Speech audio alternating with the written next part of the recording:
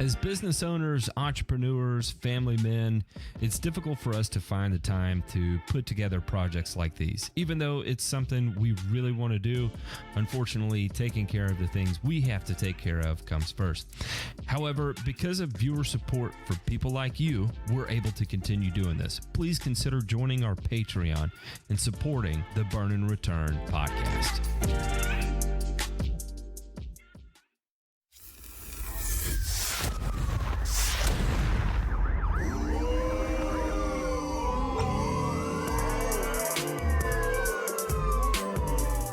You're listening to Burn and Return, a weekly 1-hour podcast covering news from the agricultural and turfgrass industries.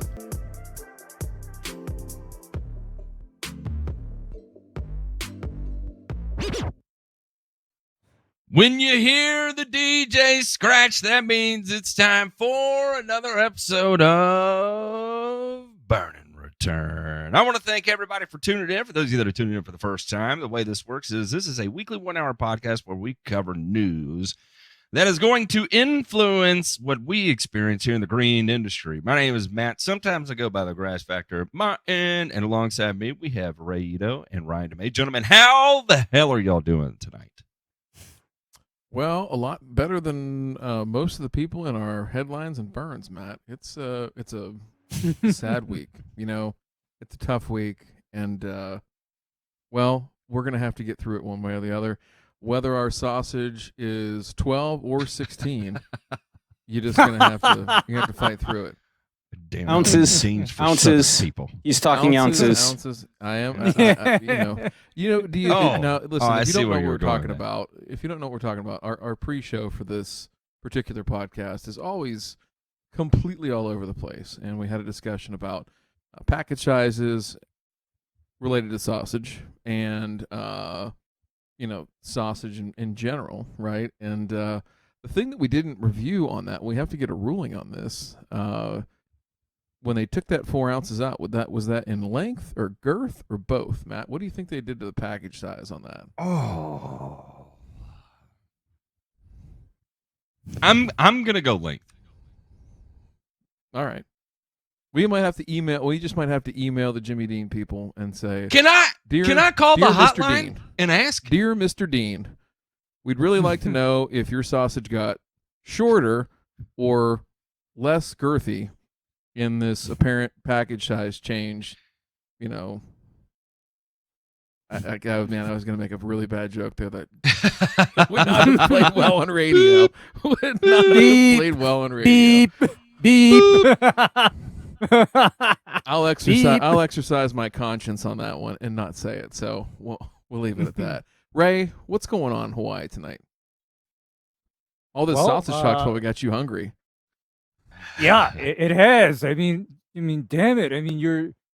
Because I was telling Matt in the pre-show, if somebody told me they're going to take out 4 ounces from that roll of bulk sausage, I told them, man, Matt, heads are going to roll.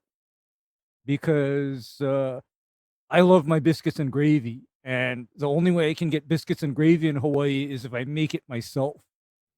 So that's unfortunate. If they did that, my God, I'd be mad. The redneck and Ray would come to the surface. Oh, very quickly. As if it already isn't kind of there, just latently in the background, right? Tomorrow, if I were Ray, I'd pull everything out of my 401k tomorrow and invest it in the first Hawaiian franchise of Waffle House. You would be a millionaire many times over. No, I wouldn't. Many times you know what? over. I'd get protesters because Chick-fil-A, they ran into a problem trying to open here in Hawaii in that all of the woke people came out of the woodwork. Oh no. Oh yeah. And I'm like, here comes the protesters to us. These guys are Chick-fil-A fans. Do you hear this? Yeah, I mean, I've never eaten there, but I'd like to, and I don't give a shit. For the Patron members, DeMay has told us a fun story about Chick-fil-A. Oh, that's I was just thinking of that. I cannot tell that story in a softball league, and Yes. and we'll put it this way: it was very inclusive, and everybody had a great time, had a wonderful time, and Chick-fil-A had no problem, being inclusive and honoring the events of the softball match. So, I was going to say, Chick-fil-A did their part, and the people that love to eat meat got to eat all the meat that weekend. It was great. This week's headlines. Arby's, we have the meats. Chick-fil-A's got the dicks, baby. We are headline and burn heavy tonight, and so we're gonna kind of figure out what we can go here, and it's gonna progressively get a bit more aggressive as we go along. We mentioned grabbing psilocybin for the win.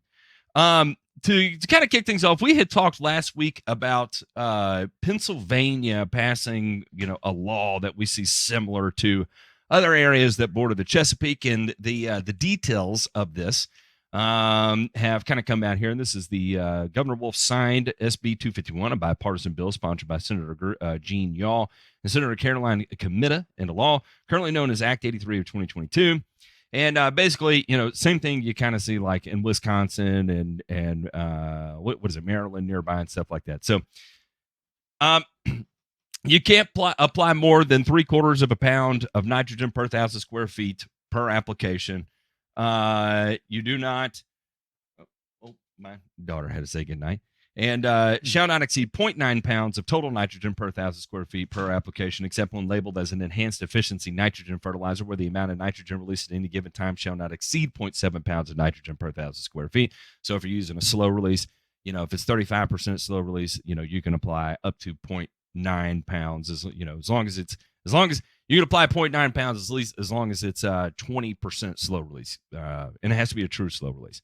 Phosphor. Well, it just says enhanced efficiency here, so actually a stabilized nitrogen may constitute. Yeah, there. I think that's UMAX. You can do UMAX, right? Yeah, probably. Whoa, we're double downing on headlines, as a matter of fact. Phosphorus. You can't apply fertilizer with phosphorus unless you've got establishment and probably, does this say anything about soil testing here? I thought I read this. Yes, it does. Yes, a soil test conducted within the previous 3 years according to procedures recommended by Penn State. Soil, plant species, climate, turf use, topography, and other appropriate management factors are accounted for in the plan. Rates recommended by Penn State or other institutions of higher education in the Commonwealth approved by the Pennsylvania Department of Agriculture. Turfgrass fertilizers shall contain no phosphorus except when specifically labeled for establishing vegetation for the first time, reestablishing or repairing turf areas, or as an enhanced efficiency phosphorus fertilizer, or organic fertilizer or organic base fertilizer if the application rate does not exceed 1/4 pound of P per 1,000 square feet per application, with a maximum total application of 1/2 pound of P per 1,000 square feet. You can't leave it on concrete and impervious surfaces. You got to clean it up immediately if you get it on it. If the ground is frozen, you should not be applying that. No person can apply fertilizer containing nitrogen or phosphorus to turf after December 15th and before March 1st. And another provision of the law is that no person may apply fertilizer with a device that is not intended for the application of fertilizer or that has not been properly calibrated. Operate fertilizer application equipment or devices in a faulty, careless, or negligent manner. Dispose of, discard, or store a fertilizer product in a manner that is inconsistent with its label would cause over-application of fertilizer or would result in a direct discharge of storm drain or waters of the Commonwealth. So sounds like it kind of leaves you open to interpretation of that aspect of it by, verifying equipment calibration and that kind of fun stuff. And, I think in that particular area, you're starting to get into a murky gray area, but it is what it is kind of thing. And I don't think this is too outside the norm of what you would expect to see, especially given, what's taken place in all these surrounding states to Pennsylvania. They were just kind of the last to implement it here. And chances are this will likely extend over into many other states as we continue on. Gentlemen, is there anything about this that y'all want to touch on that I may not have highlighted here? I think the only thing was just, the total pounds of nitrogen, right? That they, I'm not going to say it's arbitrary, but there's some interpretation there about what's on the bag and what it says. I think you can get away with certain things. I think obviously the big thing was just trying to put into law what was already common sense, but now it's a law. So hey, That's a lot. hopefully there's nobody doing those things on there. And I'm so glad that they included organic bound phosphorus in the regulation, because what that means, for example, is people cannot throw down biosolids willy-nilly, because that's also covered under this regulation. And that's a good thing, because other, I think codes and statutes that I've seen just leave that wide open. Like, for example, Florida. Why is it that Florida says no phosphorus, but the regulation leaves out biosolid-based materials? Biosolids are essentially unregulated. I think there is a provision that you cannot apply more than 20% of your blend as biosolids. I think that is where they limit that. So I think they're doing it at the fertilizer production level and maybe not at the application level. Yeah, because true or false, and a product containing all biosolids, isn't that like 5 parts nitrogen to like 4 or 3 parts phosphorus usually, or typically? It's a lot of phosphorus. Yes. Yeah. Yeah, it's a lot of phosphorus. So I'm glad that this Pennsylvania law addresses that, because to me, I don't care where the nitrogen or phosphorus comes from. I count it all. And that's interesting, because we are going to be talking about that as we get into our burns, because boy, oh boy, it's going to get real spicy in there. Speaking of you, Ray, the Board of Water Supply asking for conservation amid drought. The Red Hill shutdown.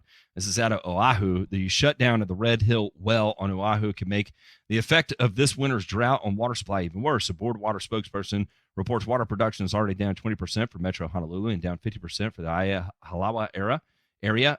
Customers will not see an increase in their water bill. For many, this is better news than hitting a hole-in-one. The Aliawai golf course may look like it's going through rough times, but really it's part of the city of Honolulu's conservation efforts. At golf courses, 2 of the city's golf courses are only using reclaimed water right now. What looks like a fountain is actually an aerator keeping fish alive.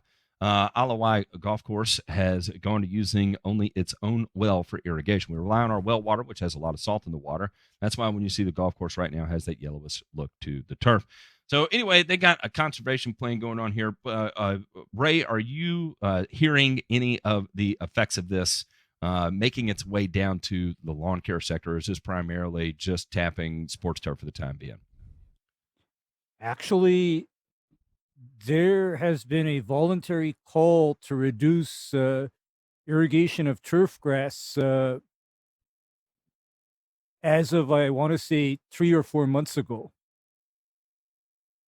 But me personally, I'm not affected.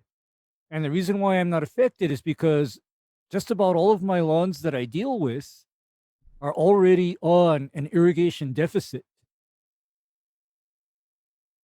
And that deficit is in the form of 0.25 inches of water applied 3 days a week. And that is a lot less than what is typical for turf maintenance here in Hawaii, where it is not unusual for turf to get over an inch of water per week. And in many cases, that water is applied daily. I hope this. I hope this does.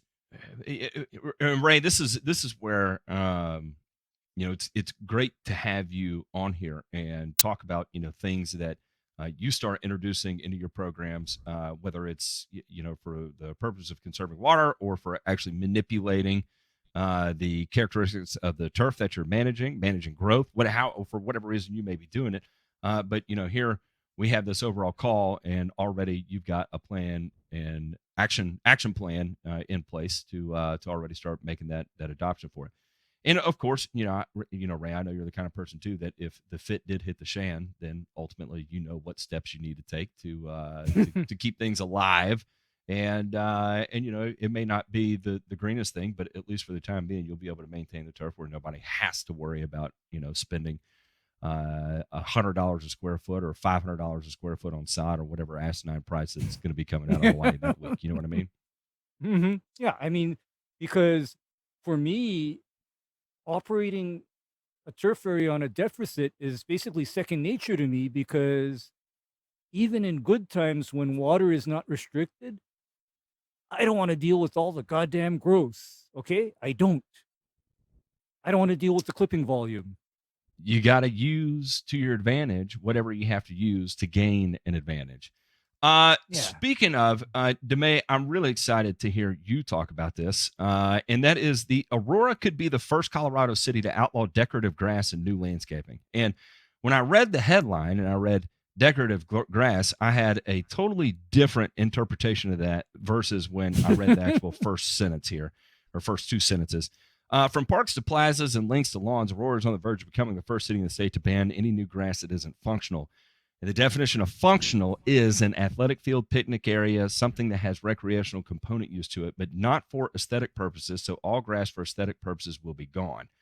It's come up with what is maybe the most aggressive water conservation plan ever in Colorado. It would ban all new golf courses, decorative water features like fountains and grass and medians. It would also limit the amount of new sod at new homes to whatever is the lesser of 500 square feet or 45% of the backyard. The turf limit would be enforced by city home inspectors as a house is built. Kaufman, a small government proponent, says his proposal is an effort to get in front of the impending crisis. If I don't get ahead of it now, we will have heavy-handed mandates on existing properties in terms of tearing out turf. I want to mandate prospectively and incentivize existing while I have the ability to do so, and I don't know how long I have, so the time to act is now. So pretty aggressive move in the works here in Colorado if this continues to make it through. Bye-bye lawns up anything beyond 500 square feet. That, I don't know, man, that's nutty. But again, the water situation in Colorado is nutty too, right? I don't know. Yeah, what are your thoughts, DeMay? Yeah, I mean the water situation has gotten appreciably worse there, especially in the last 6-7 years in particular. So he's right that they need to get in front of it. This is what always comes down to, like, the devil's in the details, and I see it from both sides. I mean, from my perspective, it's like, okay, well, is a picnic area always recreational, or could we do it in some other type of substrate, right, as opposed to making it grass? Versus a home lawn where, you might go out there and play with the kids or let the dog piss or whatever, and it's 500 square feet enough. So I think they're going after the lowest hanging fruit, and I get that point of it. The other side of it is, let's be honest here, Ray, Matt, how many dipshit owners of these homes just set it and forget it with their sprinkler? The people that you turn down the street when you do get rain, when you're fortunate enough to get rain, and there's their damn sprinklers on, right? I'm going to guess 85%. These are the people recommending 16-count Crayola crayons for their classrooms. It's just there's no two ways about it. And I got to add to that, because here's what I also see. I also see a lot of irrigation systems, even here in Hawaii, with hideous, shitty coverage. Okay, the irrigation coverage is shitty. I mean, I even tell, like, my homeowners, I'm going to try to get your irrigation system good, because shooting water on the sidewalk or on the road or on your driveway isn't going to make it any bigger. Yes. No. You know, I mean that Yes. just that kind of stuff just grinds my gears, and especially gear grinding for me is when somebody has their irrigation system set up in this lopsided uh w- trunk, pattern that just makes no logical sense, does not provide uniform coverage of the turf, and of course, because the head placement is wrong, the only way to get any water on the grass is to have the damn thing shooting, 5 feet out into the road, or 10 feet out into the driveway. I mean, no more. I mean, that is when, guess what comes out? Geo Ripper. Irrigation system gets redone. Ray standing there with his shirt off, sweat glistening off his back. I mean, Whoa. that will be. That's the Geo Ripper ad of 2023. Is like Diamond Head in the background, Yeah. and Ray with like a red bandana tied around his forehead, just giving it hell. With the old Geo Ripper. Yeah. This is a paid ad. This is a paid ad, by the way. No, I'm kidding.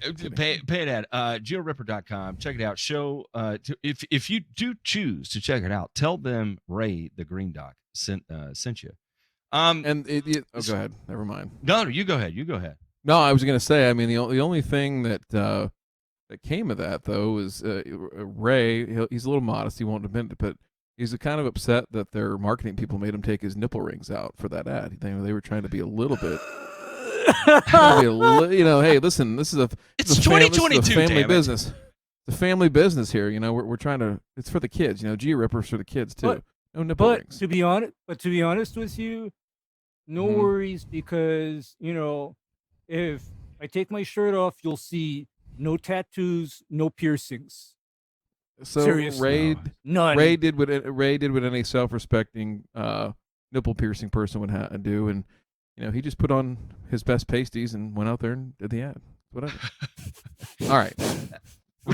Ray did not lose a bet in 2007, as a matter of fact. By the way, speaking of things heading our way, fertilizer cargo from Russia heads to the United States as many worry about food shortages. All right. And so, okay, we've got UAN coming from Russia to the United States. They're not saying who bought it, but I'm going to fill everybody in on some inside information here. This ain't the only damn one. This ain't the only time. There has been no restrictions on importing Russian fertilizer through the entirety of the pour your Russian vodka down the drain movement that we went through early on in this war effort, and all the other what are they called? Not restrictions. I'm drawing a blank on the word. Embargo. Not The tariffs. trade embargo. The trade embargoes, yes. right? All the craziness that was going on, fertilizer was left untouched. And so anyway, I was at the Southwestern Fertilizer Conference and had no idea that on the regular, ships were coming and going, bringing in Russia urea the entire time. And I was blown away. I was like, damn, I did not know that was still going on. Like I thought that was kiboshed from the top, and that you can't deal in Russian rubles anymore, and like how they were demanding that you had to pay in Russian rubles. They're like, no, and then they're not allowing people to exchange currency and all that kind of stuff. Like how is that possible? Now it's been going on the whole time. It's just now they're talking about it in the news. So here it is: 39,000 tons of UAN is showing up. And this is just one of many vessels that has been back and forth through the entire war effort. Except this one just made it into Reuters this time, because gotta keep everybody on edge and worried about everything that's going to be going on. And then, gentlemen, let's go ahead and start to get real saucy here. DeMay shared an article here that's pretty interesting, and there are plenty of criticisms to the Genetic Literacy Project, and people talk about how hardlined they are in support of pesticide use and all that fun stuff. But from my perspective, a lot of the information they do put forth, they at least put it forth with where they, what's the term? Cite your effing sources. They tend to do a very good job of that. And the writers that they have behind this are typically highly educated people that are respected in their respected fields. And so anyway, they talk specifically here about banned in Europe and 9 other anti-pesticide factoids that are short on science. Risk assessment should be scientific, not a political endeavor. Organic activist group Slow Food recently released its list of 10 key facts on pesticides. A post designed to raise awareness about the risk and dangers of pesticides to put pressure on European policymakers to commit to a drastic reduction of pesticides. A quick glance at the article reveals a serious issue, though. There isn't a single fact listed. Every one of the 10 points is an oversimplification or an outright falsehood. Properly used, pesticides don't pose an elevated risk to public health. No policymaker anywhere needs to commit to a universal reduction in the use of these chemicals. If you know anyone inclined to believe organic activist rhetoric, send them my list below as an antidote. Slow Food, in quotes, followed by my response. And he goes through and you know, some of these are pretty good. You know, we'll kind of highlight the things that were said by Slow Food here. Our current agricultural model that heavily relies on excessive use of pesticides is dangerous to human health and the environment. Pesticide use has failed to eradicate world hunger, and claims that say pesticides are vital for food security are misleading, according to the UN Special Rapporteur on the Right to Food. Chronic exposure to pesticides has been linked to a long list of scary diseases. Pesticides are everywhere. Pesticide residues have been detected in many places, including people's bedrooms and children's playgrounds. Pesticides are a harmful business. Every year, around 385 unintentional acute pesticide poisonings are recorded, leading to an approximately 11,000 deaths per year. Farmers and farm workers, particularly in the global south, are the most affected.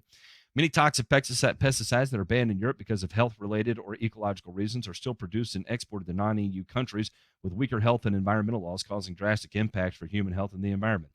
So anyway, you can go through this, and I highly recommend that if you are a fertilizer guy, really anywhere in the green industry that relates to applying pesticides, I highly recommend you read this and come at it with an open mind, right? And don't take all of this as gospel. Everything that's presented here in the Genetic Literacy Project, go seek out information that confirms this level of bias and also works against this level of bias. And if you find something that you feel like they glossed over, hammer into that subject. And the point is that the better educated you become on these topics and learn how to speak about these things, the better off you're going to be in being a proponent, a good quality proponent, and a valuable asset to the industry. A lot of times what ends up happening is that you'll be out in the field and someone approaches you and asks you a question about something you're doing and you don't know how to answer the question, so you mumblefuck your way through it, and then you look like a clown to them. They don't trust what you're saying. They go back and then they start talking about it on social media, and it creates a war zone. Case in point, I got banned from Facebook. It was a couple years ago when there was a lady who was going after a lawn doctor franchise in a series of comments that they were making on there were, of course, Lawn Doctor was doing advertising online, and this lady was going into every one of the ads and making these claims about using glyphosate and how it was killing all the birds, it was killing all the bees, and so I was offering research papers that refuted everything that she said, and for whatever reason, and I did not use a single bad word. The only thing I did was cite a series of sources. And for whatever reason, Facebook took that as harassment, and I did. I got fully kicked off and banned from Facebook. So you got kind a of weird flame war with somebody on social media? Yeah, I know. It's very. So and out of listen, character. I was getting to the point where I was going to call this lady a smooth brain. Like I was going that direction. I thought you were going to say you were just going to stop it there and say, I was about to call this lady like you had done your Google foo. I would have. Trust me, if I could have gotten her phone number, I would have called the lady and been like, "Listen, your IQ is somewhere between room temperature and your freezer temperature, and so if you ever decide to thaw out, take what I sent you to hopefully use it as an opportunity to digest some information so you can calm down, lady. I don't know who hurt you at another point in your life, but I promise, because your uncle was horrific to you, it doesn't mean that pesticides are the connecting link there. So anyway, again, as we navigate this industry, these are the types of things that we need to be prepared to be confronted with. Because there's always going to be people out there that have a negative outlook on it. And so the more educated Matt, you are and the better you're able to speak about this, the better off you'll be. Go ahead. Matt, I run into this quite a bit, actually. And I bet you do. I preface it by, because do you know who gives me like some of the most serious, non-hysterical, and very rational pushback about what I'm doing? It is actually the local residents. Because people in Hawaii, believe it or not, are extremely fearful of pesticides. They're super afraid. And this is a holdover from pre-1990s, because guess what used to happen in the 1990s and prior? I mean, were they doing like methyl bromide fumigation and stuff like that? Well, let's see, Matt. Back in the old days, they'd be aerially spraying the sugarcane fields with 2,4-D, for one thing. And then we don't do that anymore. Yeah, and then of course the other one that I've heard of was the road going into the pineapple fields used to be kept bare with either Velpar or Hyvar. And that had some unintended consequences, like somebody's mango tree or orange tree in their yard on the other side of the concrete wall separating the residents from the pineapple plantation would go belly up, because Hyvar and Velpar, as far as I know, are horrific tree killers. So when people, especially people that were around from that time, see somebody spraying, for example, they are nervous. They're nervous, and rightfully so. Yeah, understandably so. You know, and again, part of learning how to talk about this is learning to talk about how we have evolved as an industry as well, how our active ingredients have evolved, and so it's not just a one part where, you know, someone asks you about pesticides and you look them in the face and you're like, listen, you dumbass, you stupid piece of shit. You don't know what the hell you're talking about, you crazy lunatic snowflake. Blah. You can't do that. No, you have to be able to have a logical conversation. Yeah, because like, you know, I often start by saying, you know, all of the scary things that used to be done prior are either illegal in the state of Hawaii or extremely restricted and limited to where you just can't do that kind of stuff anymore. Not at all. I mean, and I end it by saying anything that is still allowed for application in a residential area has had extensive review and safety testing. You know, the review and testing process is a lot. In other words, if there were potential for hazard or harm based on an application done according to the label directions, this would no longer be allowed in a residential area, period. I mean, I tell them after year 2000, most of the products of concern were also, you know, delabeled, literally delabeled. I mean, what did we lose as of year 2000, Matt? All the stuff that I used to use, okay? Yeah. All the crazy stuff I used to use. I mean, I said, and I told him, you know what? I can't do that anymore. So the only things that are left are the products that can be proven to be reasonably safe when used according to label directions. DeMay, and you can talk about this, and I'm not going to ask you to expel more than what you're capable of, but I know that you have to have these conversations in a very big way with quote unquote important people, C-suites, if you will. And you know, is there, and this is part of my curiosity too, because part of learning to talk about this is also learning when to walk away from the conversation, because there's no further progress that's going to be made. When you're having these types of conversations at that level, is there typically some common ground that can be reached, some understanding that can be made, or is just the fear so great that the majority of the time you are running into a brick wall? I think I try not to focus on the what or the how so much. I focus more on why and what the expected outcome will be in whatever scenario that somebody's giving me, right? So if it's anything from we don't want to spray any pesticides, that are registered with the EPA ever, then we can talk about that, right? I mean, I can do whatever you want me to do, and I have confidence that we can deliver a good product, but we have to make sure that we agree at what a good product is, right? Because I don't managing expectations. Exactly. Yes, and I don't want to get into a situation where somebody says, "Hey, this isn't what I thought it would be."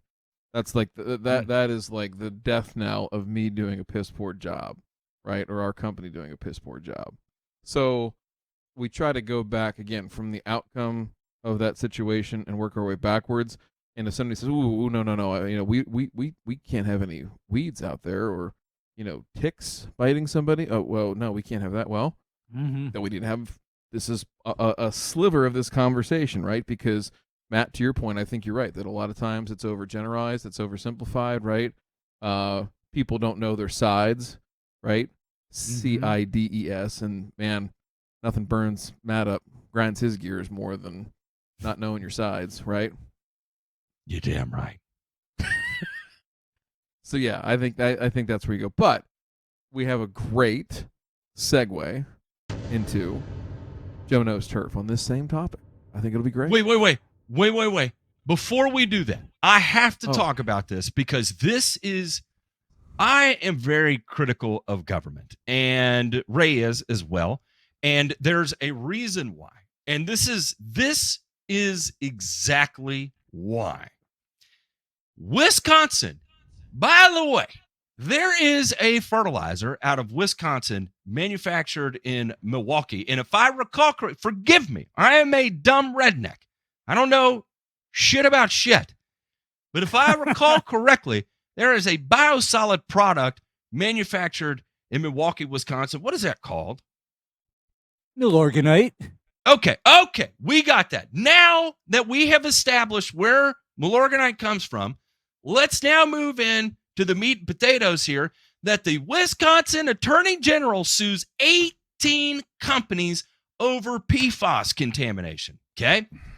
How many times have we talked about PFAS in organic matter, including biosolids, over the last month and a half? Many, many, many times. But you know what? Wisconsin Attorney General Josh Call here got out really, really far ahead of this and said, you know what, here in Wisconsin, we are going to make an example to the rest of the country about getting in front of PFAS and cleanup. And you know what we're going to do? We're going to sue 20 companies. We are going to file a lawsuit against 20 companies. 18 companies as defendants here. We have 3M, including Tyco, BASF, the big boys. We give a shit about you, and we're going to go after them. You know who they did not go after? They did not go after Milorganite, who could be, arguably, the largest land spreader of PFAS that we at least know of over the last 10 years, just due to the amount of material that's produced and then spread over a large area, right? Their argument may be, well, the solution to pollution is dilution kind of sort of thing. And then as long as we're not hyper fixating it in one place, that may be why it skirted their lawsuit here. But the reality of the situation is this. Milorganite is sold to offset the cost of wastewater treatment facilities.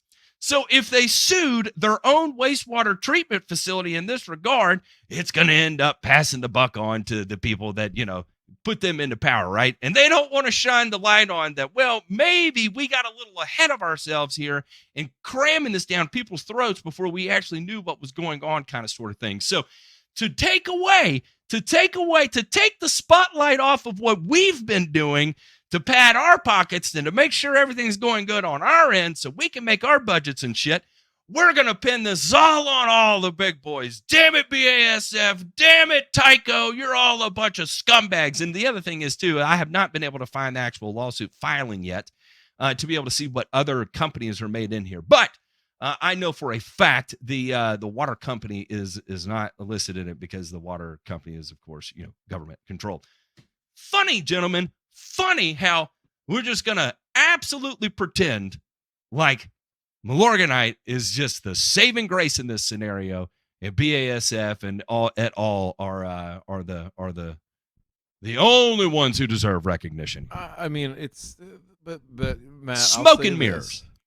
It's not. It's some of the smoke and mirrors. There's some political grandstanding. There's all that kind of stuff. But these guys, right, gals, who's ever in that AG spot, has to get out in front of this issue, right? So the only thing that you can do is file a lawsuit, right? We got our resident lawyer here, Jesse Bousquet, who we all carry $300 in our socks for at all times. That way we can get bailed out, hopefully, and make our first phone call to him.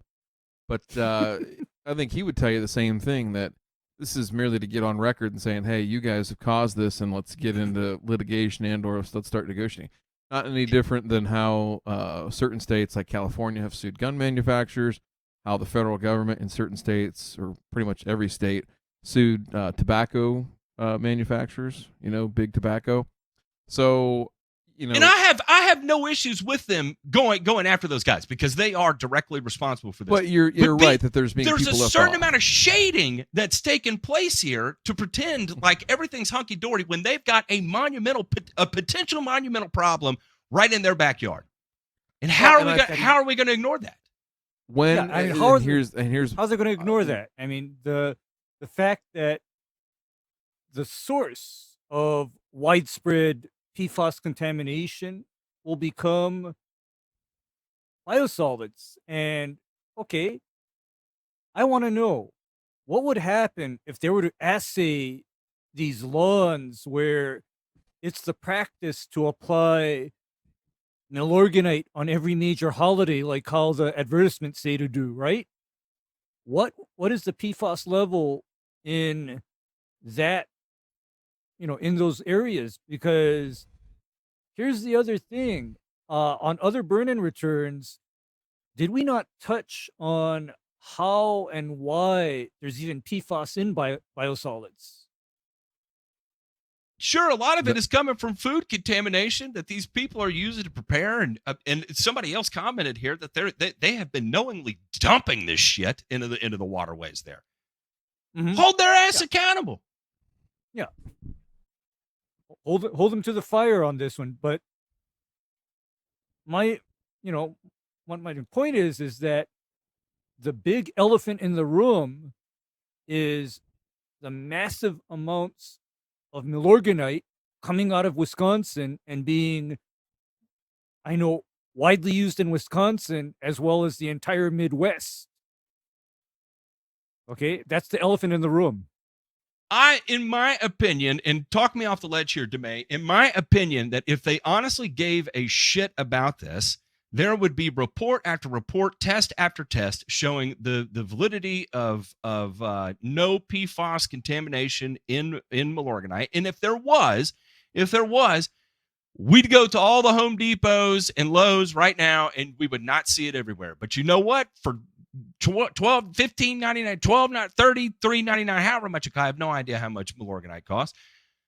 There's shelves full of it. I just saw it at Home Depot on Friday. I'll say this is that I think that we've talked about it before on this show, that the level of scrutiny and the I might shit my pants meter over at corporate headquarters of the Milwaukee Sewerage District is probably going up, because at some point in the very near future, people in spots that are able to take a look at this and do so with something behind it, right? Not just from an independent standpoint, but from a government standpoint, are going to look at this and say, okay, here's a product that we're continuing to apply or continuing to use on like what you're saying, on a national basis. Is this a good thing or not? And clearly there's a lot of smoke there. We don't know if there's fire, but it sure seems like it. And that is going to be a problem for a lot of people. So to get out in front of this, I think they set the stage. They're going after the worst of the worst, the people that are knowingly that are going to claim that, oh, hey, I didn't know that cigarettes were addictive. All those people, they're going to say, "Oh, I didn't know that." And then, what will be in that. DeMay dropped, but in all honesty, that actually does make me feel a little better, and it makes perfect sense, the direction they're going. But I feel like this could be tackled multifaceted at one time, and at least because it may come back, there's nothing in it, you got nothing to worry about, you're great, and then that becomes an advertising piece. I challenge every lawn care guy that listens to this, that spreads fertilizer, that has biosolids, go to your distributor, have them go to the manufacturer or supplier of the biosolids and demand a fucking PFAS report, just so that way you know. That way you can clear your conscience, you have nothing to worry about, and you can move on. Because at some point, if this continues the way this is continuing in the news right now, this is becoming every week something new about PFAS is making it into the news. Before, it was every 6 months you'd see it in the news. Then it was every 3 months. Then it was every month. Now it's every damn week it is in the news. It is our responsibility as applicators, too, to get out in front of this and to stay ahead of the curve of what we have going on. Ask your fertilizer blenders, ask your distributors if they're going to provide you a product with biosolids. Have it fucking analyzed for PFAS so you can sleep at night. And so when these people, like we were talking about in the Genetic Literacy Project article, are asking you about what you're doing, you can give a God-honest answer. And if it comes back shit, you can stop applying it and be done with it and be ahead of the curve and be like, I stopped applying it because this is what they're trying to force down my throat and I don't agree with it. So anyway, we're going to have to leave it at that. We got to get on to Jono's turf. We're way over here. But and again, DeMay, actually, what you did kind of calm me down. It doesn't sound like it, but I swear it did. All right, gentlemen, this week's we're going to go from crazy to absolutely crazy. And man, this absolutely hurts my heart here because my whole foray into social media started with Geek to Freak, Keith Kalfas, and Stan the Dirt Monkey Genetic here. And so let's hear the damn intro.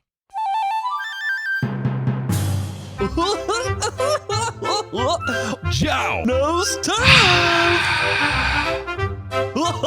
Hi, I'm Joe. I'm gonna give you a bunch of accurate turf facts today because Joe knows turf. Yes, so does Stan the Dirt Monkey Genetic. He knows real damn well about this. Hey, DeMay, give us a little lead in here. What are we going to be watching this week?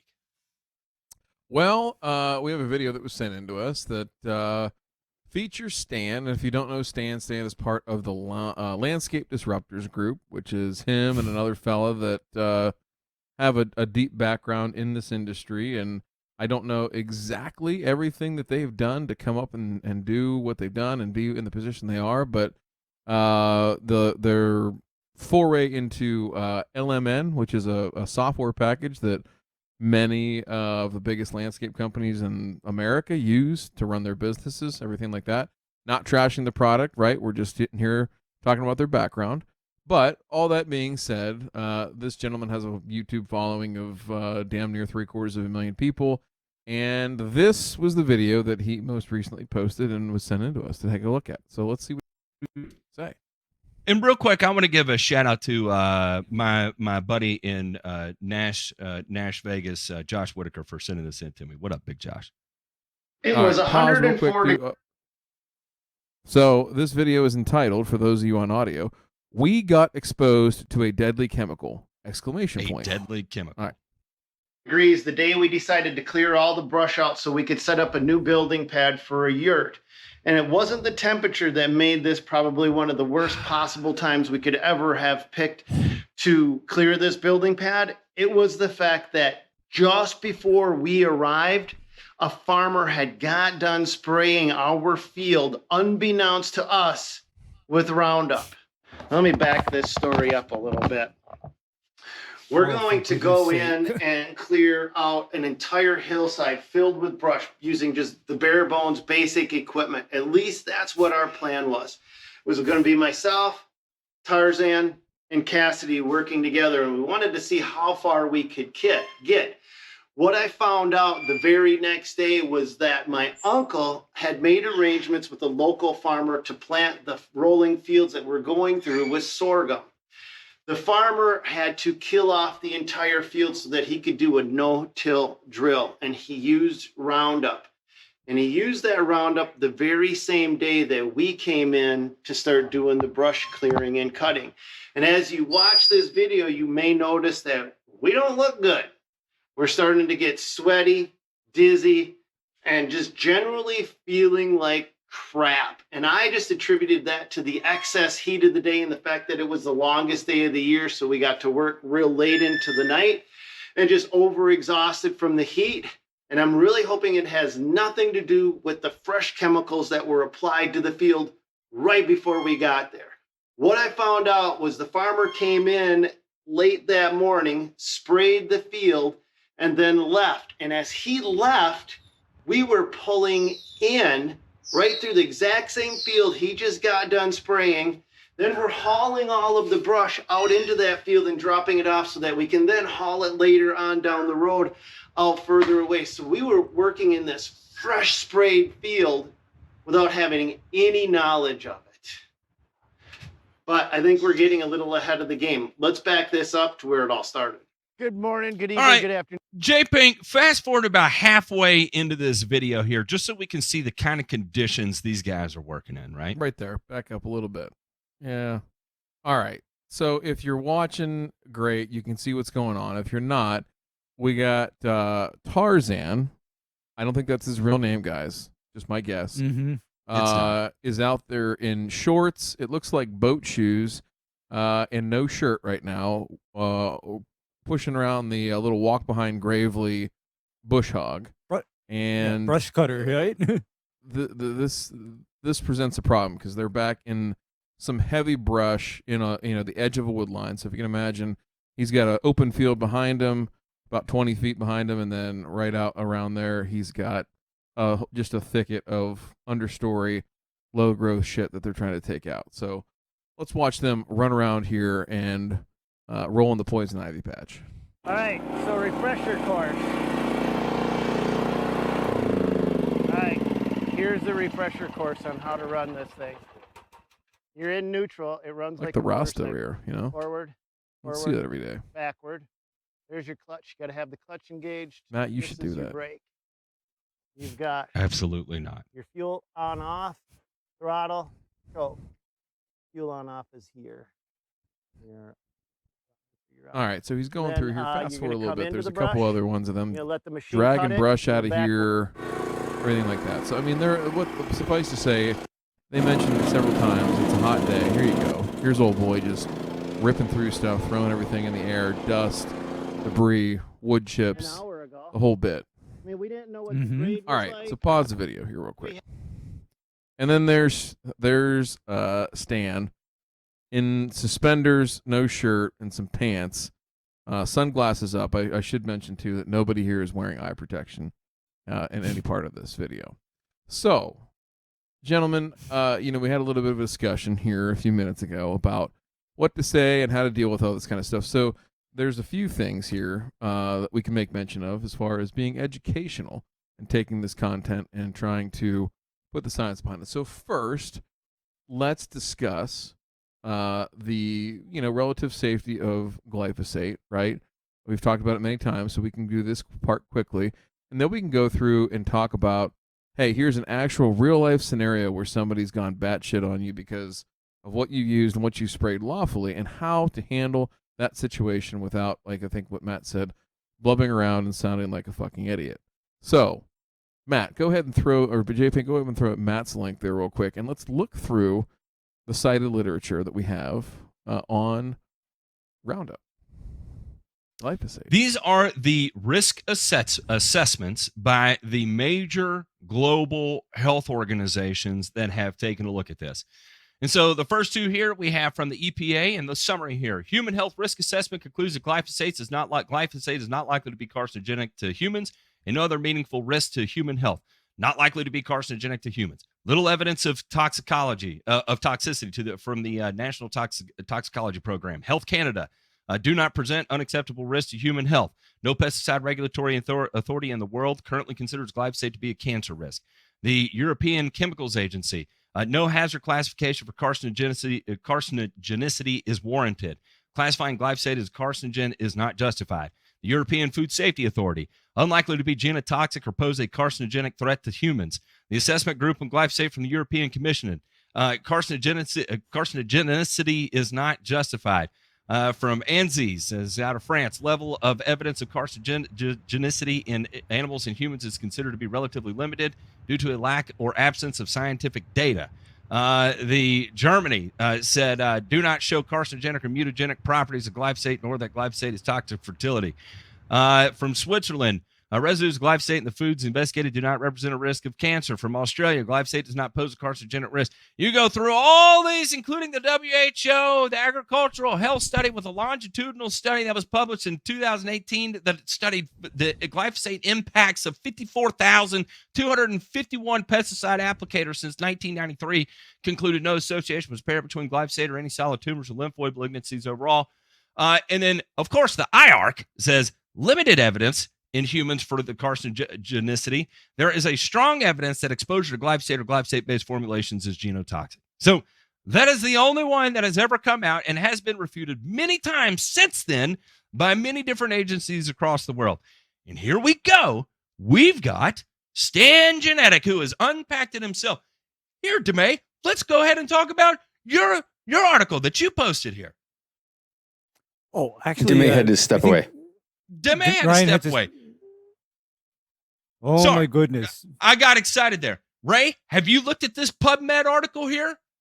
Yeah, I have looked at the PubMed article, and the only known human issues associated with glyphosate involve eye contact or ingestion of the actual glyphosate concentrate, because typically the glyphosate concentrates are formulated with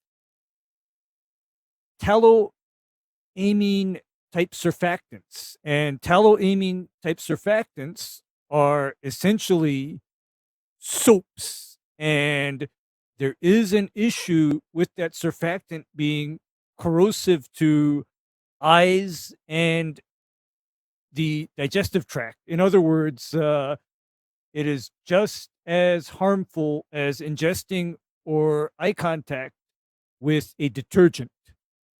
Would that be like, kind of like if you wash your hair with shampoo and you get shampoo in your eye and it doesn't feel real fucking good? Yeah, it feels horrible. Or else, what is that shampoo going to taste like if you get it in your mouth? Ew. Yeah, probably gross. Not very tasty. Probably it'll be horrible. But what I also know is that once glyphosate has dried on vegetation, here's what's good about glyphosate when it's sprayed on vegetation. It is non-volatile. Okay, Matt? It is non-volatile. In other words, if that farmer sprayed that field in that 100-something degree day, by the time Farmer Brown got off that field with his tank empty, the field would already be dry. There'd be no hazardous vapors or fumes present to pose a hazard. And here's how safe glyphosate is. If a dog or an animal were to eat that treated vegetation, there would be minimal to no risk of toxicity to that animal eating that vegetation. None. Okay? But what about the shikimate pathways, Ray? Okay. And I'm being facetious when I say that. I'm 100% being facetious. I'm trying absolutely. to start a fight there. And we've talked about that before, and it's again, when you are so desperate for correlation that you're having to analyze purely manufactured correlations here to try and draw some sort of conclusion that fits your argument. then all credibility has been lost.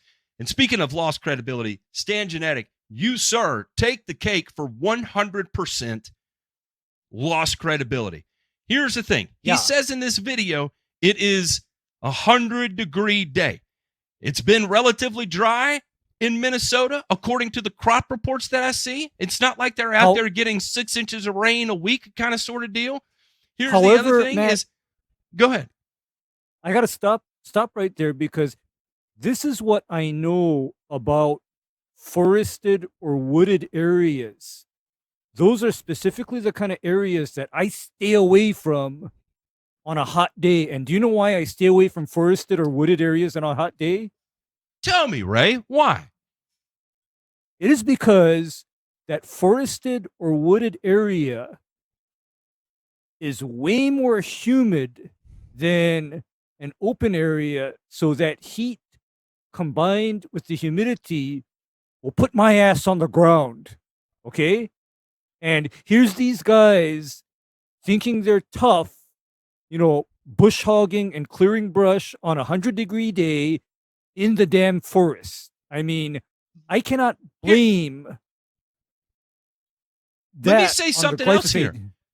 in this kind of condition. So these are gentlemen from Minnesota who are acclimated to a certain set of weather conditions. And guess what? How many days a year does it reach 100 degrees in Minnesota? 10? 5? How many days above 85 does Minnesota experience those temperatures? Probably not many. Nowhere near as statistically significant as you may see from someone in, South Texas, for instance. Here's the other thing. When you're in wooded areas like that, cutting brush, the amount of frickin' mold and everything else that's everywhere, anyone that has cleared brush, especially if you've done it in a very high pace, hectic kind of way where you're trying to make a significant dent in a short amount of time. If you have walked away from that without a sinus infection, it's because you're a freak of nature. I guarantee you 95% of the human population would do that and would feel sick from sinuses and everything, heat stress, for the next 3 days after that kind of labor-intensive work, especially when you're not acclimated to that kind of temperature where you're doing that, especially when you're not acclimated to doing that specific kind of work. You run bulldozers and you run a business where you handle management. Now all of a sudden you're out here clearing brush for 10, 12 hours to park your yurt. You're damn right you're going to be sick. You're going to feel like shit. Guess what? The first few days where it's hot as hell here and I'm outside busting my ass, guess what? I feel like shit the next 2 days. It's a simple fact of adjusting to the conditions that are going to be out there. And to point at this and say that this is a product with confidence, with absolute confidence, sharing this with 750,000 people with such authority that this is a result of glyphosate is a genuine disservice to this industry. Stan Genetic, you can clearly, sir, go fuck yourself with the 2x4 fucking sideways. Go fuck yourself. Absolutely. Let's check out this week's burn. Huh? No, Have you seen go lower ahead. prices lately? It might have to be like a 2x2. You don't have that big of a parking budget, I'm sorry. Yeah, I could care less if it's a gold bar. Yeah. Wait. What if we find, even if they're expired, what if we find some of them 16-ounce Jimmy Dean sausages? Could we use that?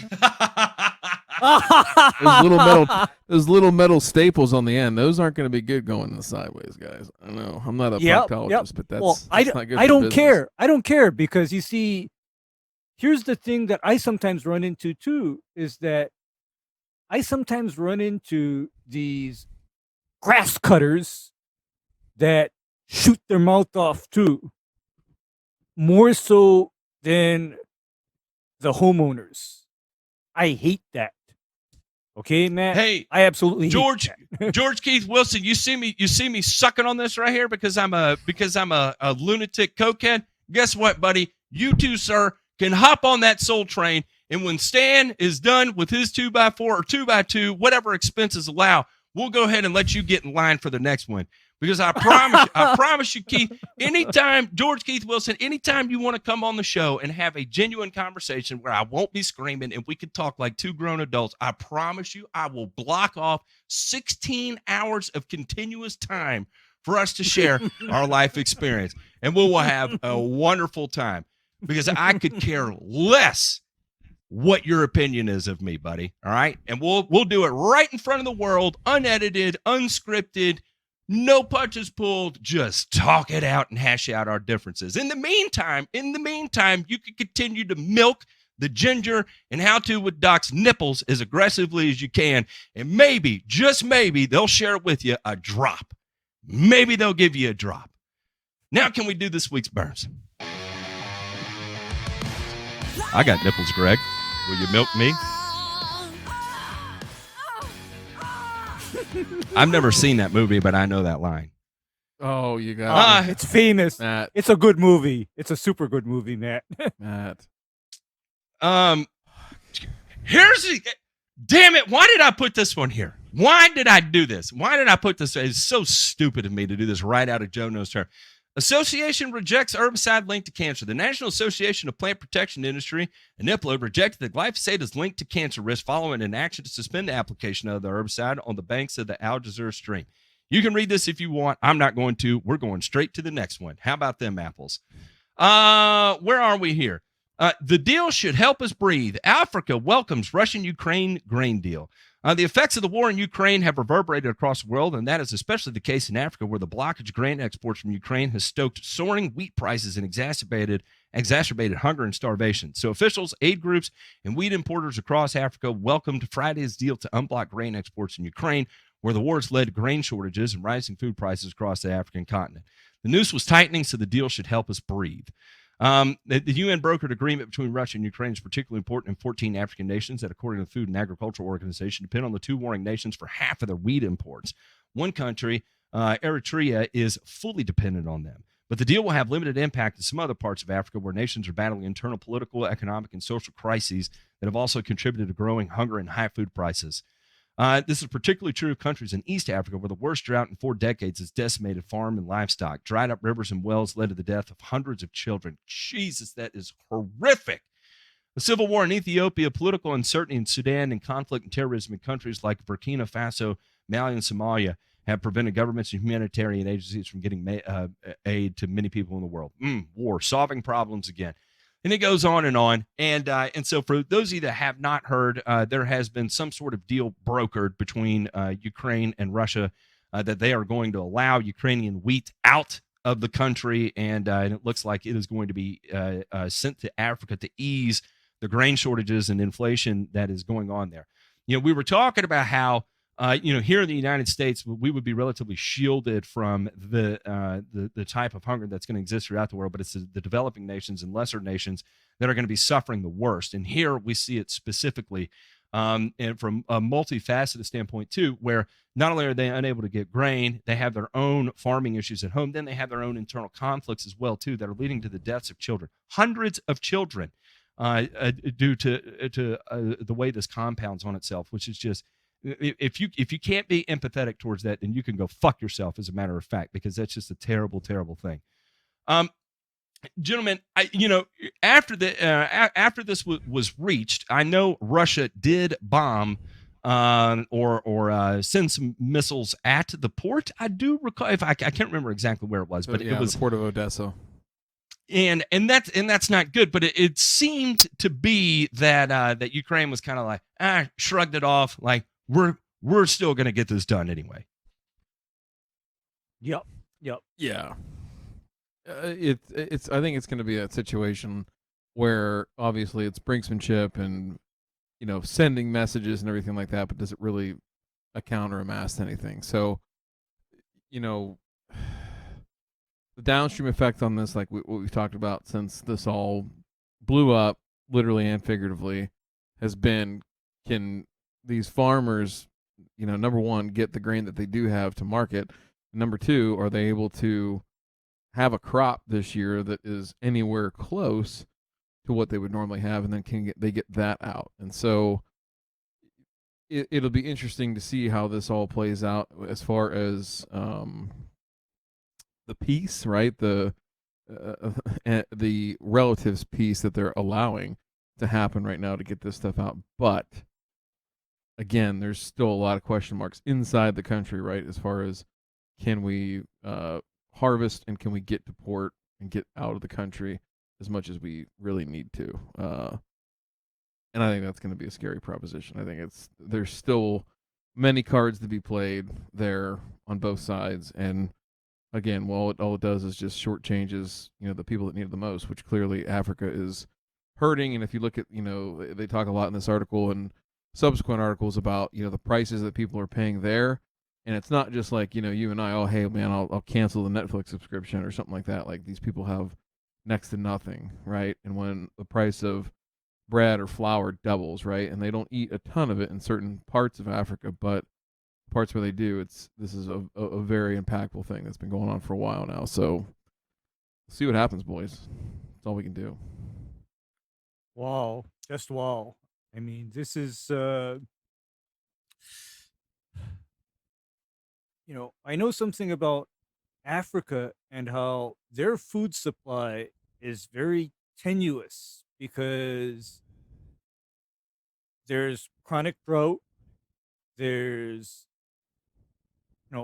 unrest, terrorism, and, food supply issues on top of that. And some of the food supply issues are also related to various entities also inserting what I'm going to call woke, agriculture and woke environmentalism, into the mix as well. I mean, we've covered it on past burn and returns where in Africa there's various agencies, like including the EU, now telling Africa, oh, you can't do that. But maybe not, this is not a tangent, but to me, let me ask both of you this. If you had a choice between eating something that had maybe a couple parts per million of glyphosate on it versus not being able to eat at all, what would your choice be? It's simple. Serious question. It's easy. It's not Easy. even a question, Ray. Yeah, it is so easy because, Matt, I get all of these, I see all of these scary videos on YouTube and various other places. And meanwhile, while I'm making up my fettuccine, I'm thinking, oh God, I'm going to die. Okay, I'm going to die because there's all of this chatter about how, they spray wheat with glyphosate right before harvest. Of course they do. And you know what, Matt? I would prefer that they do that with glyphosate versus other things that I think they could possibly use. Exactly. Seriously. Exactly. Seriously. And here's the other thing too. If anybody's ever harvested green grass, green grain before and piled it up and watch what happens, that shit will spontaneously combust, by the way. And we have enough fires in food processing facilities as it is over the last year, and we don't need to add any more fodder for the conspiracy weirdos out there. Just kidding. That's me. All right, we're going to talk about the big one on the chopping block here. If anybody's been paying attention to anything, boy, we came out of the truckers in Canada rolling into downtown Ottawa to all of a sudden everything that's going on in the Netherlands has now made its way to Canada. Our boys, buds over up north there, they had a meeting with federal and provincial ministers wrapped up in Saskatoon on Friday, with several provinces saying they are disappointed. The federal government is looking to impose to reduce nitrous oxide emissions from fertilizer, saying it is a greenhouse gas contributing to climate change, while the Trudeau government says they want a 30% reduction in emissions, not fertilizer. Farm producer group says that at this point, reducing nitrous oxide emissions can't be done without reducing fertilizer use. And now, so And I want to stop right there for a second. I want to ask you, gentlemen, how are we going to release nitrous oxide emissions from farms without reducing fertilizer usage? And then from there, I'm gonna move into the 4 R's and stuff. But so just real high level, without reducing fertilizer inputs, how are we going to reduce nitrous levels? Reduce the amount of planted area. That's about all you got. Reduce your production. That's it. Reduce your production, and also when you reduce production, here's the downstream effects, because I understand that not all of the crops grown are for direct human consumption. They're also targeting livestock. Yes, That is and, the and actual. let's the actual get endpoint into there. this. Yeah. Because there is a kind of a follow-up article to this that I found that I thought was absolutely wonderful, that demonstrates a lot of the hypocrisy that goes on here. And it says, the 4R principles promoted by Fertilizer Canada are increasingly accepted and practiced by farmers across Canada. Round of applause for Canadian farmers. Hell yeah. Love that. It makes sense to apply nutrients from the right source at the right time in the right place at the right rate. However, recent Fertilizer Canada lobbying has morphed the 4th principle from right rates to holding lines at rates without a mandatory reduction in the use of fertilizers. The stewardship section on Fertilizer Canada website has many commendable points about optimizing nutrient management, better crop and soil management, improving fertilizer efficiency, reducing energy use per harvested unit of farm production, improving net farm profit. Nevertheless, these assertions, and especially the last one, can be contradicted with their proviso without sacrificing yield potential. Okay. Now, this is where it's going to get a little bit interesting, and I think the most important part that is talked about here is going to be in this little highlighted area down here at the bottom. I don't know how to share this with you, JPink, to show you where I am, but I'll go ahead and post it here, and that way you can find it. And it says, and it's going to go, in our current momentum of planetary history, we use prime farmland to grow more feed than needed and give food grade grain to livestock. By optimizing food processing byproducts and forages for livestock, Ontario could reduce arable land for feed production by 40% while maintaining sufficient animal protein and an adequate diet. Farmers could choose to grow food crops on that 40% of land now used for feed. The other thing that this could also point at would be biodiesel and what is the other one? Bioethanol. That is ethanol production is going to be a huge one here that this ends up going to, and it is something they address here. But this is my absolute favorite part. I recommend farmers be incentivized to reduce fertilizer rates. Chemically synthesized nitrogen fertilizer is especially effective for increasing crop yields, but it also leaks as nitrous oxide and nitrate. Let's suppose that on average, corn farmers apply 180 pounds of nitrogen fertilizer per acre for a yield of 180 bushels of corn per acre, a ratio of 1. 180 pounds of nitrogen, 180 bushels of corn per acre.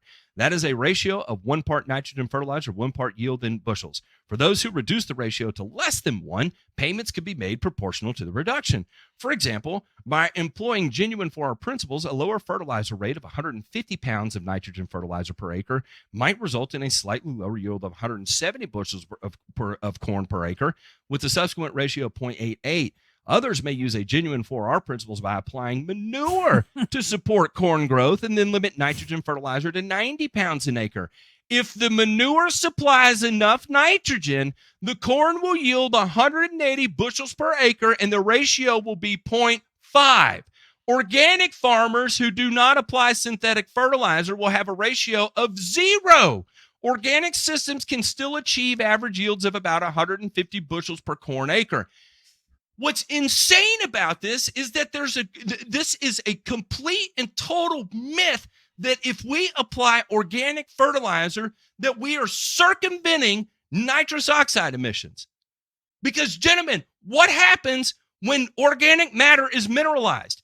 Is there a nitrogen load? When we look at organic fertilizer, do we see an NPK analysis on the bag? Sure do. Sure as hell Is do. that subject to nitrification and nitrous oxide emissions? Absolutely. I So mean, you as see, long as we're not applying chemical fertilizer, we're only applying organic fertilizer, what we fucking put in the environment does not fucking matter. It only matters if it comes from a synthetic source. How does that make Yep. sense? it doesn't make sense. It makes you see, no sense. This It's is all- infuriating to me. No, this is all more of this woke bullshit virtue signaling.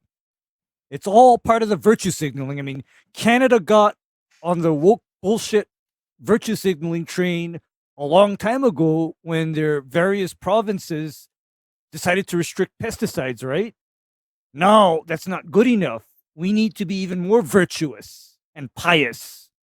We now need to go after all the fertilizers. And here's my question, Matt.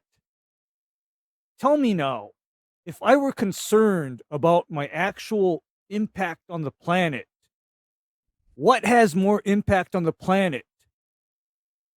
A 200-pound per acre load of fertilizer, or having to cart around, transport, and apply tons of manure? What has more how impact are we on- going to feed the animals that produce the manure if we're not growing food for livestock? Oh, we're going to do it all through byproducts? We're going to feed all our livestock through silage?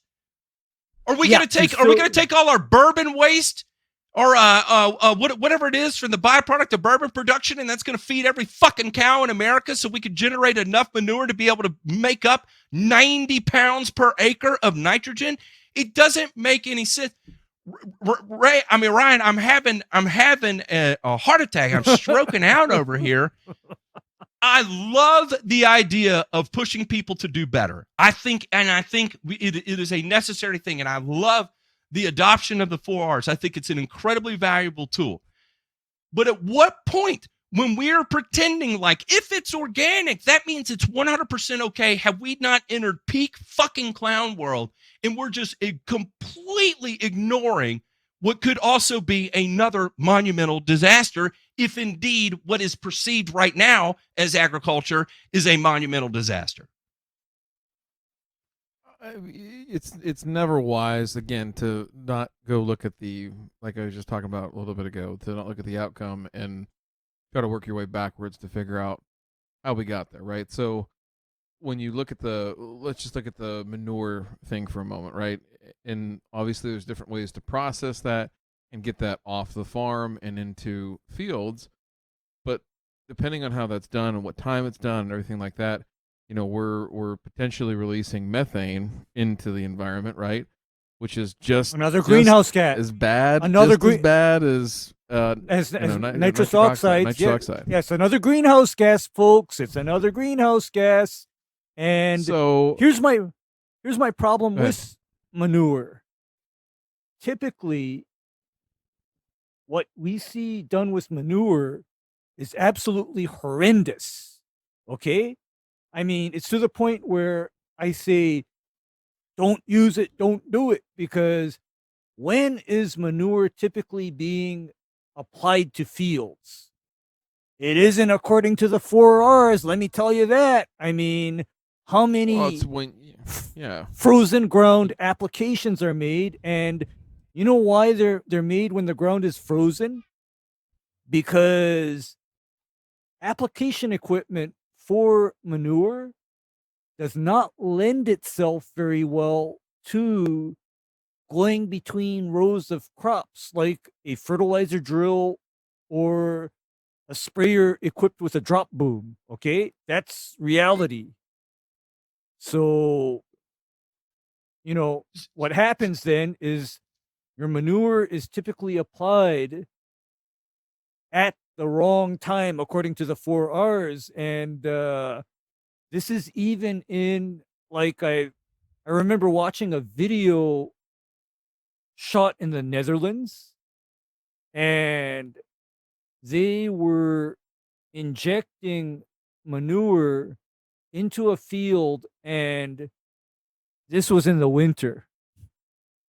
Okay. If anybody, if in what Ray's specifically talking about here with the application of manure, and again, I'm not shitting on the fact of saying nobody should ever use manure. What I want to make this clear. My point is that whether fertility comes from manure or a synthetic source, at the end of the day, once it's mineralized in the soil, it's all synthetic, quote unquote, synthetic fertilizer. We're converting to nitrates and nitrites in the soil. The same thing that we would be applying ammonium and nitrate to the soil. Eventually, it's going to become nitrates and nitrites in the soil. The exact same way. It's going to take a different path to get there, but it's going to end up at the same finish line. Now, what Ray's saying, when you're spreading this, you have to get it down pre-plant for a specific reason. If you've got 4-inch seedlings out there and you're spreading manure on it, it's going to absolutely bomb the shit out of this. It's not like side dressing granular fertilizer. Manure chunks are huge and they weigh a ton and they're going to hit plants and they're going to damage them. But Ryan, please finish your thought here because I'm trying not to seize. I'm going to have a seizure. I can't hear you. Turn your mic on. I said, is the left side of your face gone limp? Is everything okay? But I thought that was Bell's palsy. Oh no, yeah. Never mind. Oops. So the only other thing I'll say is this is just with using manure as an example. And again, they're probably overgeneralizing again of how to use that particular product and using it in their example. However, the thing that I go to or immediately think of is what can we not really manipulate in that scenario of applying a lot of manure, right? Outside of nitrogen. What's coming in with that manure as well? a lot of phosphorus. Yeah. Plenty of lots and lots of phosphorus. Tons of phosphorus. And in fact,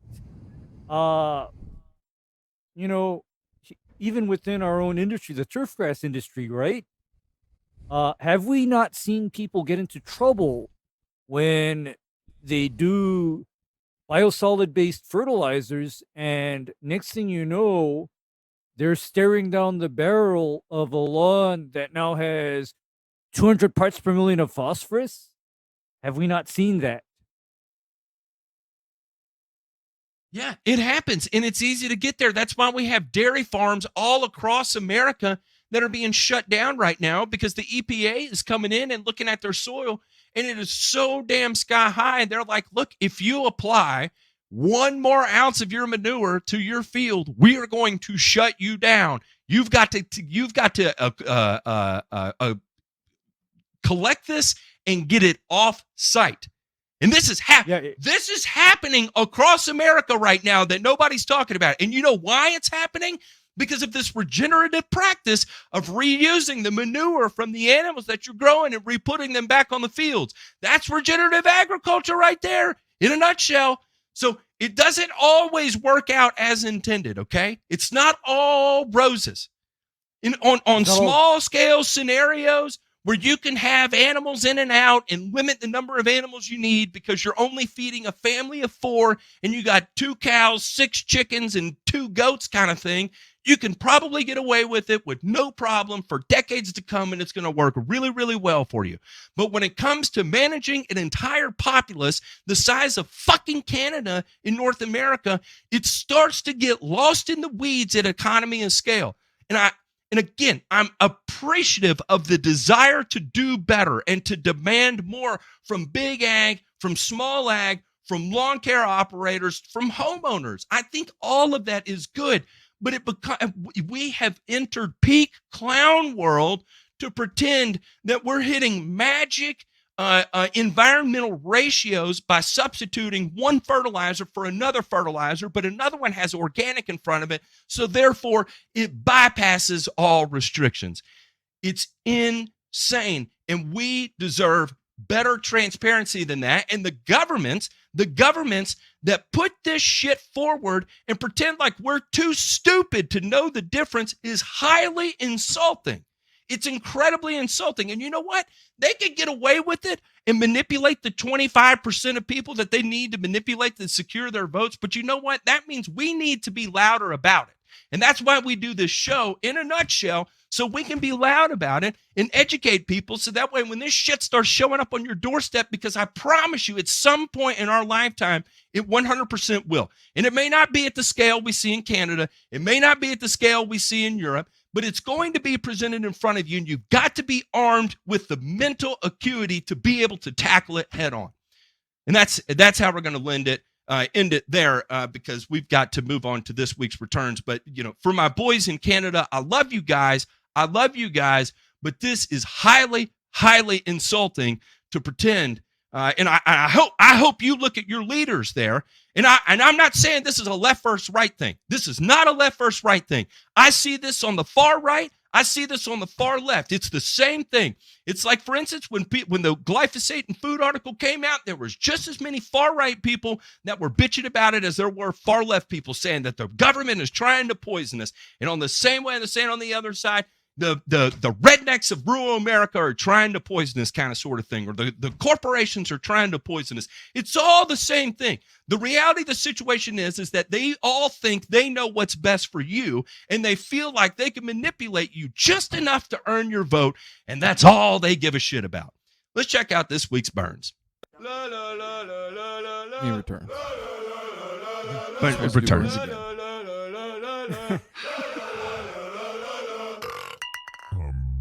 Maybe we'll have to do that, Matt. Maybe we'll have to start. We have so many burns, we'll have to section them off into a, slight burn. Just like you touch the stove wrong, and then, if we go all the way up to, I accidentally had a drop of pure capsaicin that entered my piss hole. Something like that. For people that are legitimately worried about my blood pressure, don't. It's actually really good. That's why I do as much cardio as I do. Like, for instance, when I got up this morning, I actually have low blood pressure. So when I get up in the morning, typically my blood pressure is like 105/55. I don't have any symptoms of low blood pressure. I don't get dizzy or anything like that. So, it's good. How do you do it, Matt?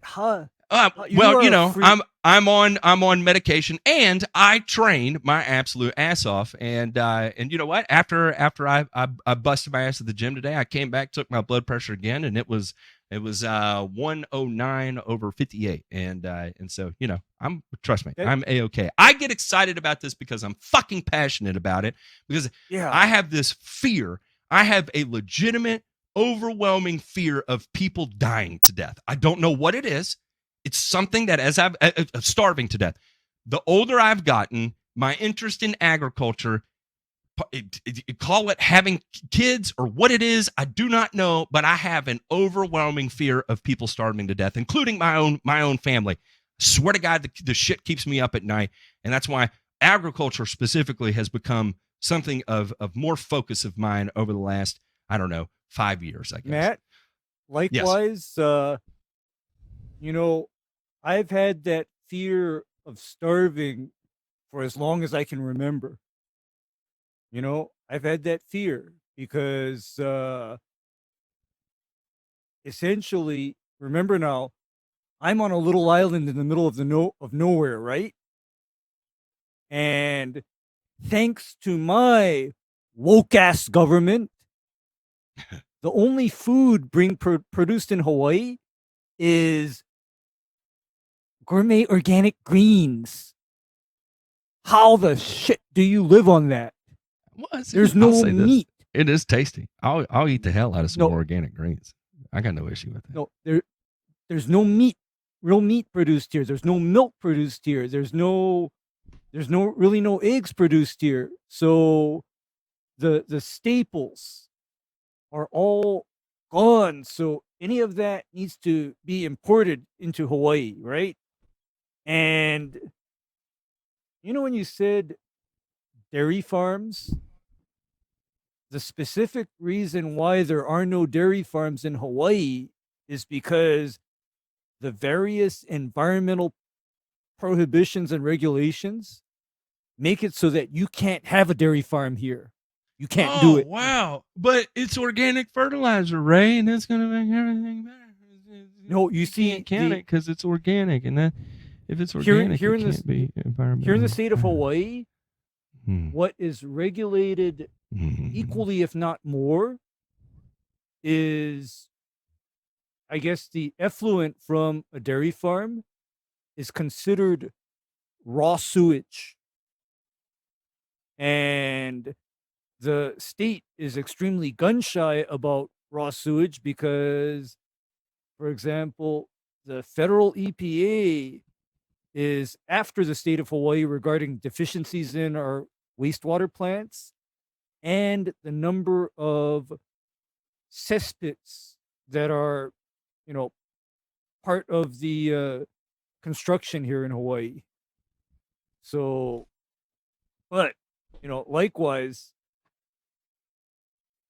that still doesn't excuse the fact that we don't have dairy farms. We don't have a lot of meat. We don't have a lot of eggs or even chickens produced locally. And definitely not enough to stock the grocery stores. This has Ray fired up tonight, where he's even dipping back into it. Ray, let's get to this return here. Specialty crop entomologist from Cornell Agritech and the New York State Integrated Pest Management Program will use a 3-year, $450,000 grant from the New York State Department of Agriculture and Markets to evaluate alternatives for controlling insect pests that threaten the state's $1.4 billion specialty crop industry. Cornell is at the forefront of critical IPM research, looking to innovate options for farmers in managing damaging pests and safeguarding their crops. The department is proud to support this project that will build on research underway for our field crops and identify additional solutions to protect our specialty crops and increase economic viability while also protecting the environment. After a statewide ban in 2021, the EPA banned chlorpyrifos earlier this year. Now, New York lawmakers are considering actions restricting the use of neonicotinoids, commonly referred to as neonics. We've invested a lot of time highlighting the risk and benefits of these chemicals. Now it's time to help farmers assess alternative pest management solutions to provide better digital tools to improve IPM practices. And then I'll go down here and read the kind of summary here. As we seek greater farm sustainability, it's important to equip New York growers with the best combination of pest management tools and techniques. Investing in this research can lead to more reliable and cost-effective options for growers, helping to design approaches that benefit our environment, our agriculture industry, and the citizens in our state. And while I think this is fantastic, good, we've got money pouring into this. I do not agree with the route that they've gone, where it's ban a pesticide first, then research an alternative. I think that should be done in the opposite reverse form. order. It's a little bass backwards, but you know what? Pretty much everything that's going to be coming down the government pipeline is going to be bass backwards. But if this is as good as we can get, then damn it, at least this is a positive step in the right direction. And I do feel good about Cornell having access to this here, because talk about a wonderful turf and ornamental program, agricultural program. And New York, you may think is New York is not being an agricultural powerhouse, but indeed it is. Not just New York, but also the surrounding areas of New Jersey, especially southern New Jersey. Who knew southern New Jersey and peach production makes the state of Georgia not look like the peach state?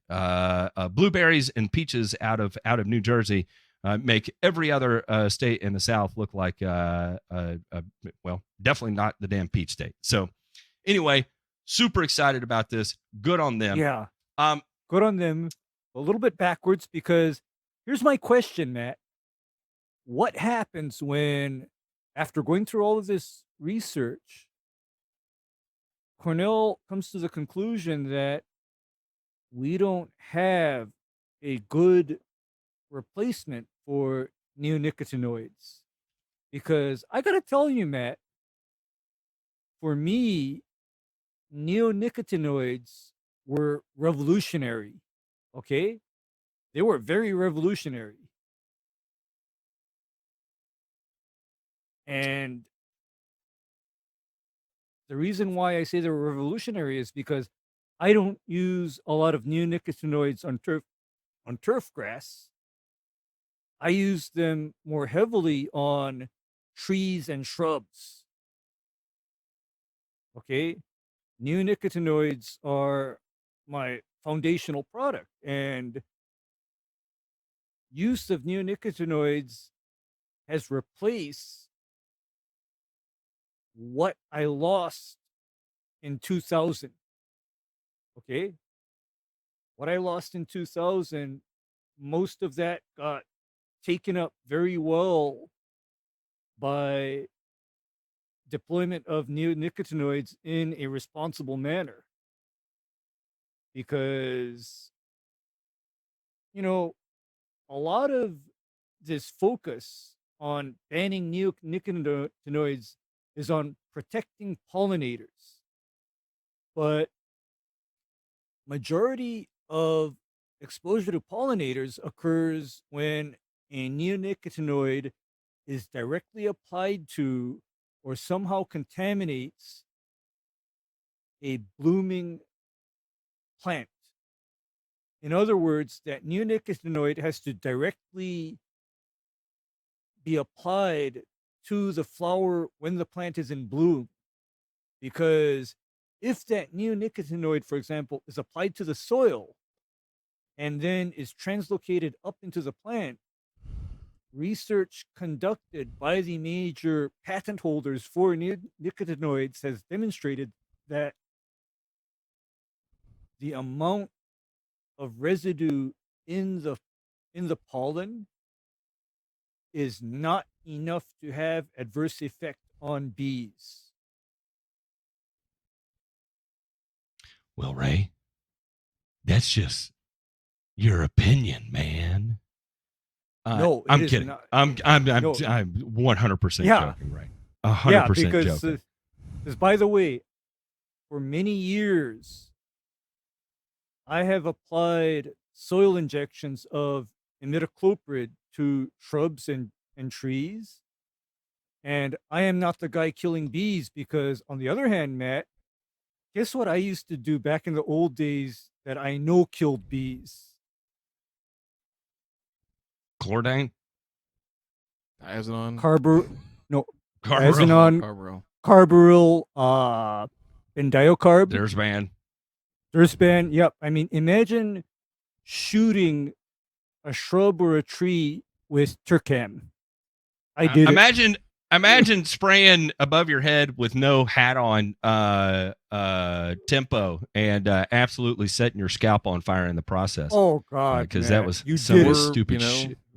You Burn a didn't. tree on a ladder, and You do it once. You know, Well, because smash your air filter in. Okay, gentlemen, let's check out this week's mailbag. You've got mail. All right, we got our first one here from Jason. He said, "Hey man, I'm having problems with Bermuda grass in my cool season lawn. I plan on doing overseed this fall and a full renovation of the backyard. What pre and post emergent would you recommend?" We have talked about this significantly. Go back and listen to our Thirsty Thursday episode, not last week, but the week before, where we had call-ins. Or go back and listen to our Joe Knows Turf segment. No, we were not talking about Bermuda grass in that one. It would have been our Thirsty Thursday the week before. Is that when we were talking to Cam? Or was it the week before Cam? I believe it was the week before Cam. It was a week before during call-ins. We had a call-in show, and we were talking about it. So it would have been not one, but two, but the third Thirsty Thursday. I'm sorry, the second Thirsty Thursday before Ear, Nose, and Turf would have been where we talked about that. And, you know, we're looking at frequent applications. You know, there's Pilex program videos out there. And that one we describe also using fluazafop. And if you plan on doing a renovation, combining fluazafop with glyphosate would be your best bet. You could go back and watch the episode with Aldo. Aldo actually took this approach to absolutely eliminate his common Bermuda. And so you would effectively do the same thing, but instead of replacing it with more Bermuda seed like he did, you'd be replacing it with tall fescue like he didn't do. And then the next one here is from Nick, and here we go. I have questions about gypsum and sodic soils. I have soil tests from multiple locations, some with clay, and I'm trying to figure out how to determine if they are fine-textured sodic soils. They provide sodium levels, but not sure how to read the proper levels to determine if gypsum is a good choice or not. Thank you. Gentlemen, and I'm trying to go off memory here, and I cannot recall, but a sodic soil is defined as a percentage of exchangeable sodium. You would be greater than 6%. Greater than 6%. Or I don't know that one off for the top of my head. me, my ceiling is I become concerned over 25 parts per million sodium. Unless I'm dealing with a salt-tolerant turf grass. And salt-tolerant turf grasses include Bermuda, St. Augustine, Zoysia, and seashore paspalum. But if I'm dealing with another type of turf, I pay attention when that sodium level absolutely is over 25 parts per million. And typically, you're going to see sodic soils in arid regions, the West, parts of Texas, New Mexico, further out west, and dry, really, really, really dry climates is normally where you see that.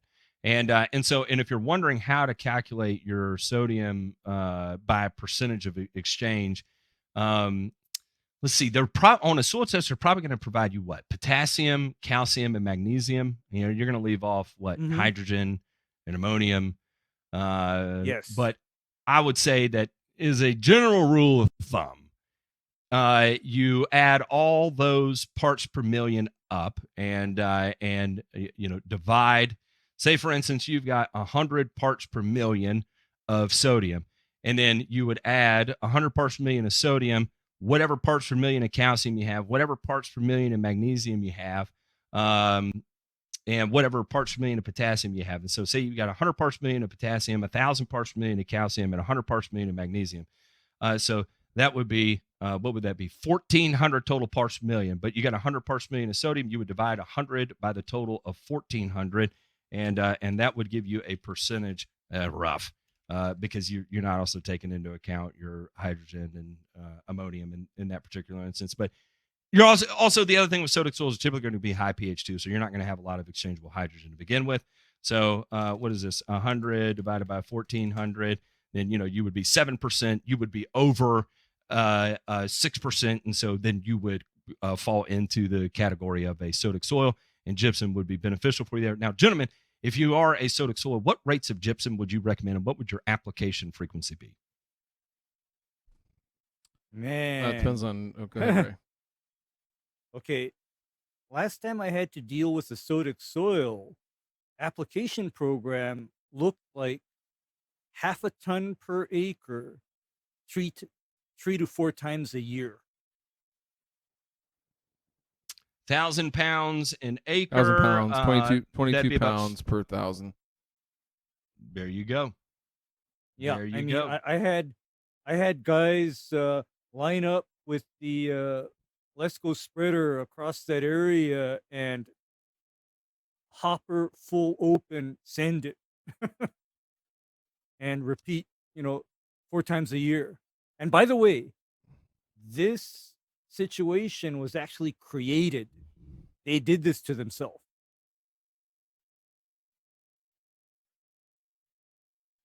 But what'd you just say, Ray?